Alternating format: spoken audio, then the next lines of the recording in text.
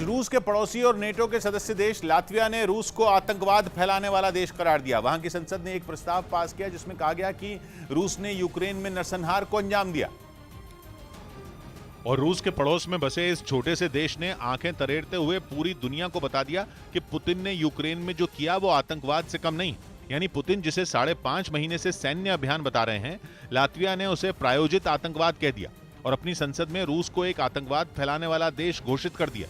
उसने आरोप लगाया कि रूसी सेना यूक्रेन में लोगों को बेरहमी से मौत के घाट उतार रही है। पुतिन की फौज ऐसे खतरनाक बमों का इस्तेमाल कर रही है जिनसे बड़ी संख्या में यूक्रेन के नागरिकों की जान जा रही है।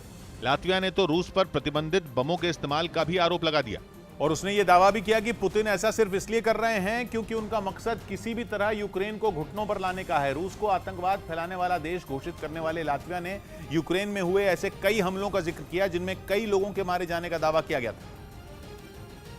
ये लगभग 80 एकड़ में सहजन के पत्तों को उगाते हैं। 100 ग्राम इन पत्तों के पाउडर को लगभग 600 से 800 तक के भाव में आराम से बेच देते हैं। आपको भी शुरू करना है तो अभी डाउनलोड कीजिए फ्रीडम ऐप को। और इन हमलों में मारियोपोल के थिएटर पर हुआ हमला भी शामिल था। यूक्रेन ने दावा किया था कि मारियोपोल के थिएटर पर रूस ने इतना खतरनाक बम गिराया था कि वहां सैकड़ों लोगों की मौत हो गई थी।